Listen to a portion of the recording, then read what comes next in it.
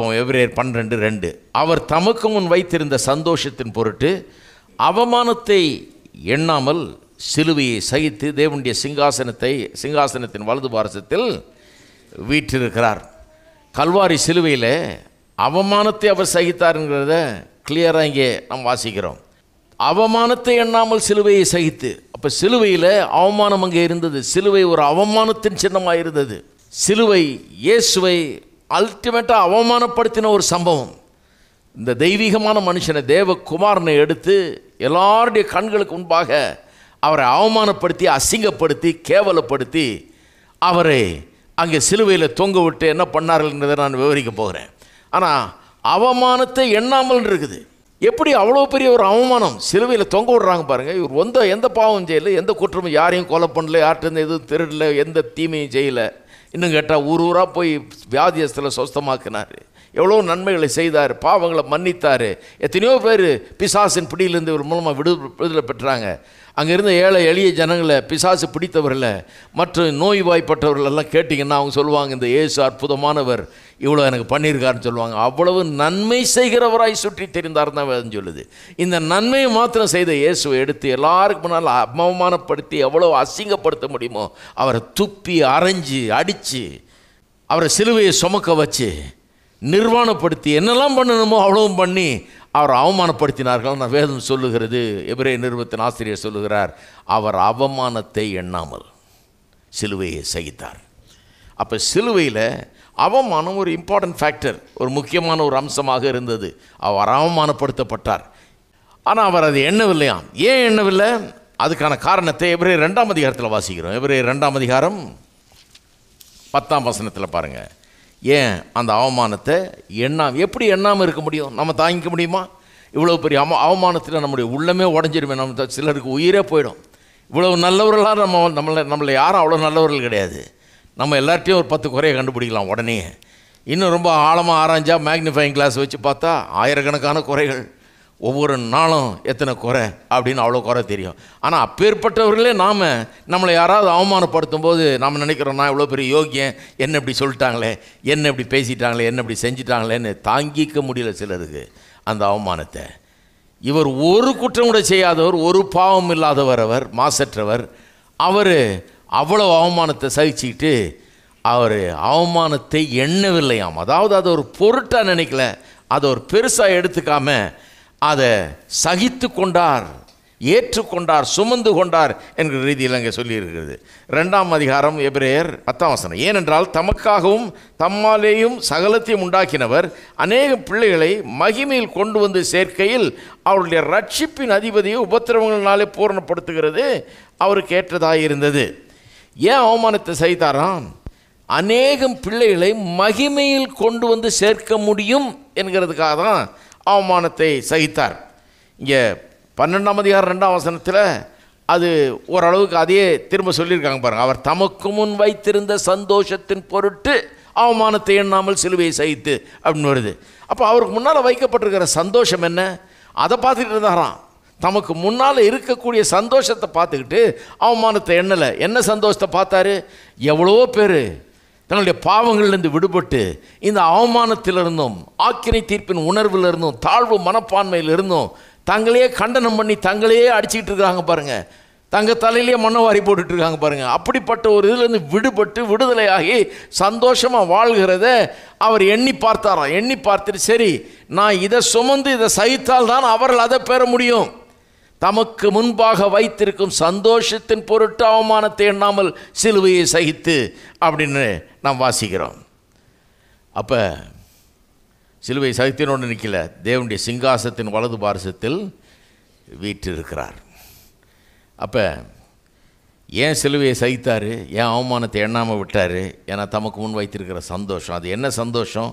அநேகம் பிள்ளைகளை 2ஆம் அதிகாரம் 10ஆம் வசனம் சொல்லுது, அநேகம் பிள்ளைகளை மகிமையில் கொண்டு வந்து சேர்க்கப் போகிறார் என்கிற அந்த சிலுவை மரணம் அதை செய்ய போகிறது என்பதை அவர் அறிந்து வைத்திருந்ததினால் அவமானத்தை எண்ணல, சிலுவையை சகித்தார். மகிமையில் கொண்டு வந்து சேர்க்கிறாராம். சரி, நான் இந்த வார்த்தையை கொஞ்சம் மாற்ற போகிறேன். இந்த மகிமைங்கிற வார்த்தையை சில ஆங்கில மொழிபெயர்ப்பில் பார்த்தீங்கன்னா ஆனர் அப்படின்னு மொழிபெயர்க்கப்பட்டிருக்கிறது. எனக்கு அது பெட்டராக தெரியுது. ஆனர் நிறைய மொழிபெயர்ப்பு மகிமைந்த மொழிபெயர்ப்பு, ஆனால் சில மொழிபெயர்ப்புகள் இது அங்கீகரிக்கிறாங்க. ஆனர் அப்படிங்கிற விதத்தில் அதை மொழிபெயர்க்கிறாங்க. ஆனர்னா கனம், மரியாதை. அதுதான் ரொம்ப பொருத்தமான ஒரு வார்த்தை பாருங்கள். இந்த மகிமைன்னு சொல்லிட்டாலே கிறிஸ்தவர்களுடைய புத்தி அப்படியே ஒரு மாதிரி வேறு மாதிரி போயிடுது. அவங்க என்ன நினைக்கிறாங்க, அவர் சிலுவையில் அவமானத்தை சகித்தார், ஏன் நான் ரட்சிக்கப்பட்டு பரலோகம் போகிறதுக்காக. அதாவது அதனுடைய பெனிஃபிட் என்னன்னா உடனே என்ன பண்ணுவாங்க, எல்லாத்தையும் போஸ்ட்போன் பண்ணுறது தான் நிறைய கிறிஸ்தவர்களுடைய வேலை. இப்போ ஒன்றுமே கிடையாது, எந்த பெனிஃபிட்டும் இப்போ கிடையாது. அவங்க பாயிண்ட்டு அதுதான். இப்போ எப்படி நீ அனுபவிக்க முடியும், அதெல்லாம் முடியாது. இப்போ ஒன்றும் கிடையாது. எப்போ அனுபவிக்க முடியும், செத்து பரலோகம், நீ செத்தினா பரலோகம் போகலாம், அதுதான் பெனிஃபிட்டு. எதுக்கு அவமானத்தை சகித்தார், செத்து பரலோகம் போகிறதுக்காக. நான் அது என்னால் ஏற்றுக்கொள்ளவே முடியல. வெறும் செத்து பரலோகம் போகிறதுக்காக நம்முடைய பாவங்கள் மன்னிக்கப்பட வேணும், அதெல்லாம் விளங்குது எனக்கு, அதெல்லாம் இல்லைன்னு சொல்லலை நான்.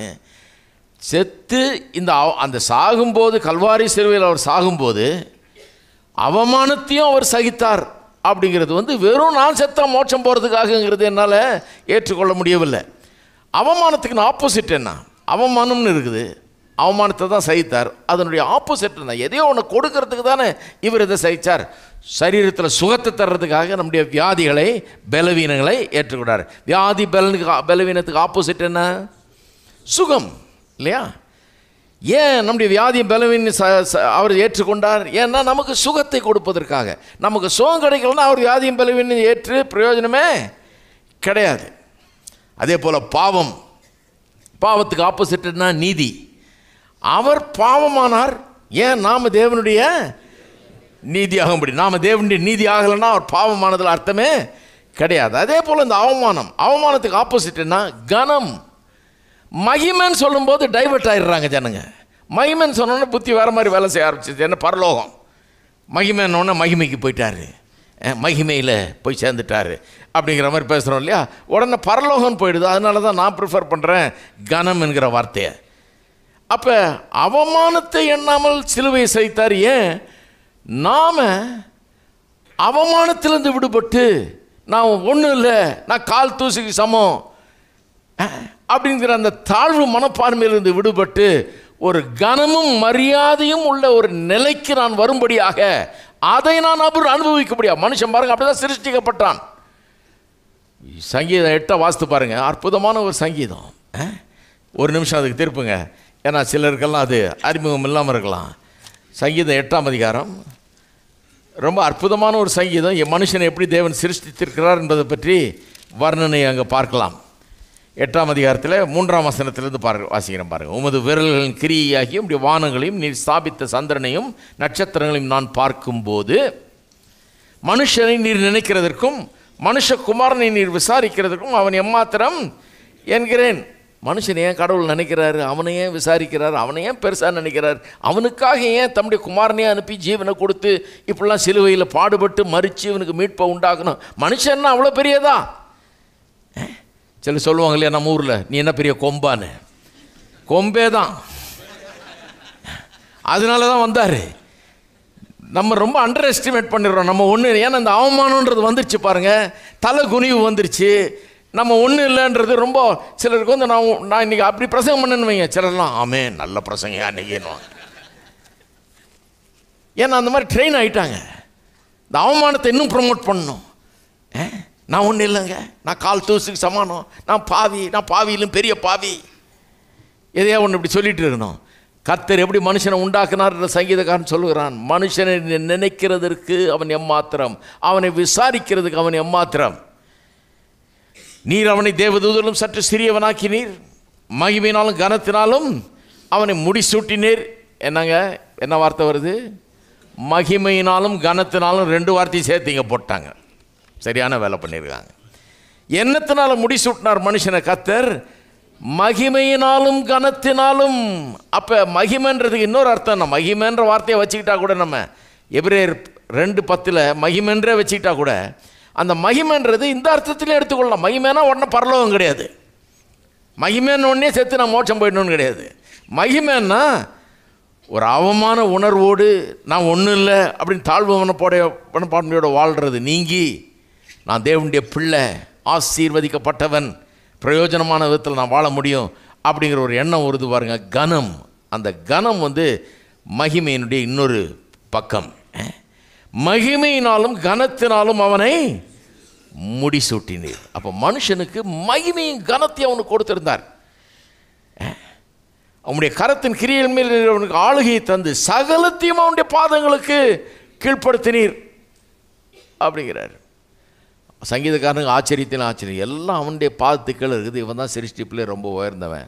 முக்கியமாக என்ன சொல்கிறாரு? கனத்தினாலும் மகிமையினாலும் கனத்தினாலும் அவனை முடிசூட்டினீர். இந்த மகிமையும் கனமும் எங்கே போச்சு? நிறைய பேருக்குள்ள இந்த மகிமையின் கனத்தின் உணர்வை பார்க்கவே முடியல. நிறைய ப்ரீச் பண்ண வேண்டியதாக இருக்குது. இதை சொல்லி சொல்லி இந்த மகிமையும் கனத்தையும் கர்த்தர் நமக்கு தந்திருக்கிறார்ன்றதை சொல்ல வேண்டியதாக இருக்குது. கனமுள்ளவர்களாக, கனவான்களாக கர்த்தர் நம்ம உண்டாக்கி இருக்கிறார் என்பது தான் வேதவசனத்தின் உண்மை. அதனால தான் இந்த கனம்ன்ற வார்த்தை எனக்கு ரொம்ப பிடிக்குது. அப்போ அநேகம் பிள்ளைகளை ஒரு கனமுள்ளவர்களாக மாற்றும்படியாக, மரியாதை உள்ளவர்களாக மாற்றும்படியாக, உயர்வானவர்களாக மாற்றும்படியாக, ஒரிஜினல் மகிமையினாலும் கனத்தினாலும் மகிமை சூட்டினான் இருக்குது, அந்த நிலைக்கு கொண்டு வரும்படியாக. அதுதான் 2:10 அர்த்தம். எபிரேயர் 2:10 அர்த்தம். அநேகம் பிள்ளைகளை மகிமையில் சேர்க்கிறதுனா என்ன? அந்த நிலைக்கு திரும்ப கொண்டு வந்து சேர்க்கிறது. அதை இழந்துட்டாங்க, திரும்ப அந்த நிலைக்கு கொண்டு வந்து சேர்க்கிறது. அதனால தான் கல்வாரி சிலுவையில் அவமானத்தை சகித்தார். ஏன்னா பாவம் அவமானத்துக்குள்ளே தள்ளிடுச்சு மனுஷனை. இயேசு சிலுவையில் அதை சுமந்து கொண்டு நமக்கு என்னத்தை தர்றாரு? கனத்தை ஏற்படுத்துகிறார். மறுபடியும் கனத்தினாலும் மகிமையினாலும் முடிசூட்டப்பட்டவர்களாக நாம் மாறுகிறோம்.